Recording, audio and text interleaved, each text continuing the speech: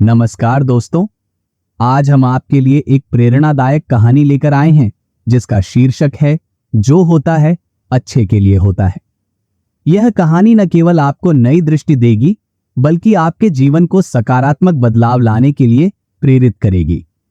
आइए इस दिलचस्प कहानी के माध्यम से समझें कि कैसे भगवान की योजना हमेशा हमारे भले के लिए होती है, भले ही हम उसे तुरंत न समझ पाएं। कहानी का आरंभ। एक जंगल में एक नवयुवक महात्मा से मिलने आया। वह बहुत दुखी था और रो रहा था। उसके जीवन में हाल ही में कुछ ऐसा हुआ था जिसे वह समझ नहीं पा रहा था। महात्मा ने उसे दिलासा दिया और कहा, जो कुछ भी हुआ है वह अच्छे के लिए हुआ है। युवक ने गुस्से में कहा, आप कैसी बातें कर रहे हैं? मेरा सब कुछ लुट गया। लुटेरों ने मेरी हर एक चीज छीन ली। अब मेरे पास घर लौटने के लिए कुछ भी नहीं बचा है। यह कैसे अच्छा हो सकता है? यह तो मेरे साथ बहुत बुरा हुआ है। महात्मा मुस्कुराए और बोले, मैं तुम्हें एक कहानी सुनाता हूं। यह कहानी तुम्हारी पूरी जिंदगी बदल देगी। इसे ध्यान से सुनो। प्रकृति की लीला। महात्मा ने कहा, एक समय की बात है। एक गांव में भयंकर बाढ़ आई। बाढ़ इतनी तेज थी कि उस गांव का सब कुछ बह गया। उस गांव में एक किसान रहता था जिसके पास थोड़ी बहुत खेती की जमीन थी। बाढ़ में उसकी पूरी फसल बर्बाद हो गई। उसके पास जो थोड़ा सा अनाज बचा था वह भी नष्ट हो गया। उसका बेटा, जो बहुत शांत स्वभाव का था, बोला, पिताजी, जो हुआ अच्छा हुआ। किसान ने गुस्से में कहा, तू कैसी बातें कर रहा है? हमारा सब कुछ बह गया। हमारे पास कुछ भी नहीं बचा है। यह अच्छा कैसे हो सकता है? बेटे ने शांत भाव से कहा, पिताजी, धैर्य रखें। भगवान की योजना हमेशा हमारे भले के लिए होती है। हमें केवल इंतजार करना चाहिए और समझने की कोशिश करनी चाहिए। बुरे समय में धैर्य की महत्ता। बेटे की बातों से किसान और गुस्से में आ गया। उसने बेटे को घर से निकाल दिया। बेटा आंसुओं से भरा घर छोड़कर चला गया। किसान सोच रहा था कि उसके साथ कितना बुरा हुआ है। उसकी फसल बर्बाद हो गई, उसका घर बह गया और अब उसका बेटा भी उसे छोड़कर चला गया। शाम हो चुकी थी और किसान की पत्नी ने कहा, आपने उसे यूं ही डांट दिया। वह सही तो कह रहा था। देखिए, लोगों ने हमें बचा लिया। किसान ने गुस्से में कहा, तुम कुछ नहीं समझती। हमारे पास कुछ भी नहीं बचा है। कुछ दिन बाद किसान और उसकी पत्नी ने धीरे धीरे अपनी जिंदगी फिर से शुरू की। उन्होंने जो थोड़ा सा धन इकट्ठा किया था उससे काम चलाने की कोशिश की। लेकिन किसान अब भी दुखी था क्योंकि उसके पास खाने को अनाज नहीं था और उसका बेटा भी घर से चला गया था। समय के साथ बदलाव। कुछ महीने बीते और एक दिन किसान को अपने खेतों में फिर से कुछ फसल लगाने का मौका मिला। इस बार फसल अच्छी लगी। किसान ने सोचा, अब तो कुछ भला हो ही गया।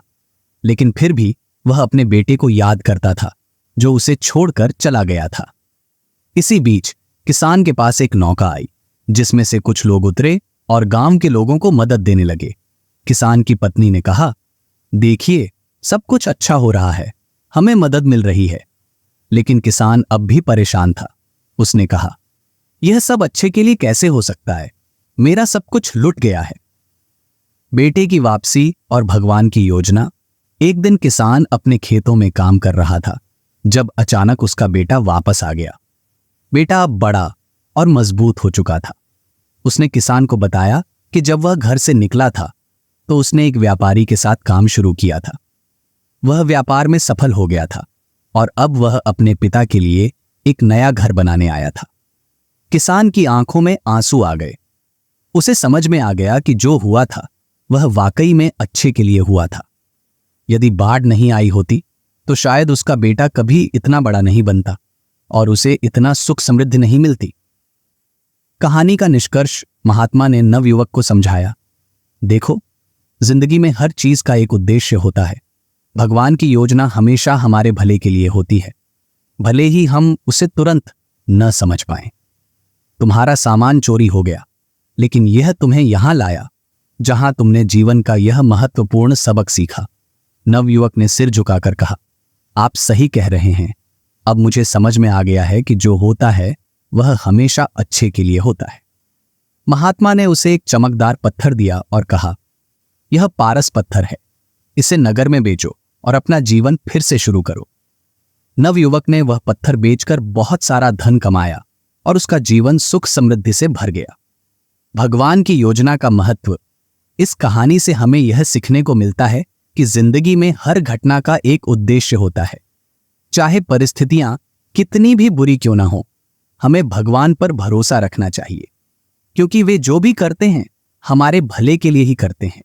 जब हम बुरे समय से गुजर रहे होते हैं तो हमें लग सकता है कि हमारी जिंदगी में सब कुछ बर्बाद हो रहा है, लेकिन हमें यह समझना चाहिए कि यह सिर्फ एक चरण है जो समय के साथ गुजर जाएगा।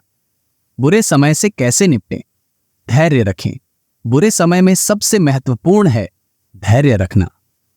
धैर्य से हम सही निर्णय ले सकते हैं और परिस्थिति का सही समाधान ढूंढ सकते हैं। सकारात्मक सोचें। नकारात्मक परिस्थितियों में भी सकारात्मक दृष्टिकोण बनाए रखना बहुत महत्वपूर्ण है। सकारात्मक सोच से हम नई संभावनाएं देख पाते हैं। जीवन की अनिश्चितताओं को स्वीकार करें। जीवन में हमेशा अनिश्चितताएं होंगी, हमें उन्हें स्वीकार करना सीखना होगा और उन पर विश्वास बनाए रखना होगा। आत्मविश्वास रखें, भगवान पर विश्वास रखें और आत्मविश्वास के साथ अपने जीवन को आगे बढ़ाएं। हर बुरे समय के बाद एक अच्छा समय आता है। इस कहानी से यह शिक्षा मिलती है कि जो भी होता है वह भगवान की योजना का हिस्सा होता है। हमें भगवान के फैसले पर भरोसा रखना चाहिए और समझना चाहिए कि उनके पास हमेशा हमारी भलाई के लिए योजना होती है। दोस्तों, अगर आपको यह कहानी पसंद आई हो तो इसे लाइक और शेयर करें और ऐसी ही प्रेरणादायक कहानियों के लिए हमारे चैनल राइज रूट्स को सब्सक्राइब करना न भूलें। मिलते हैं अगले वीडियो में एक और नई कहानी के साथ। धन्यवाद।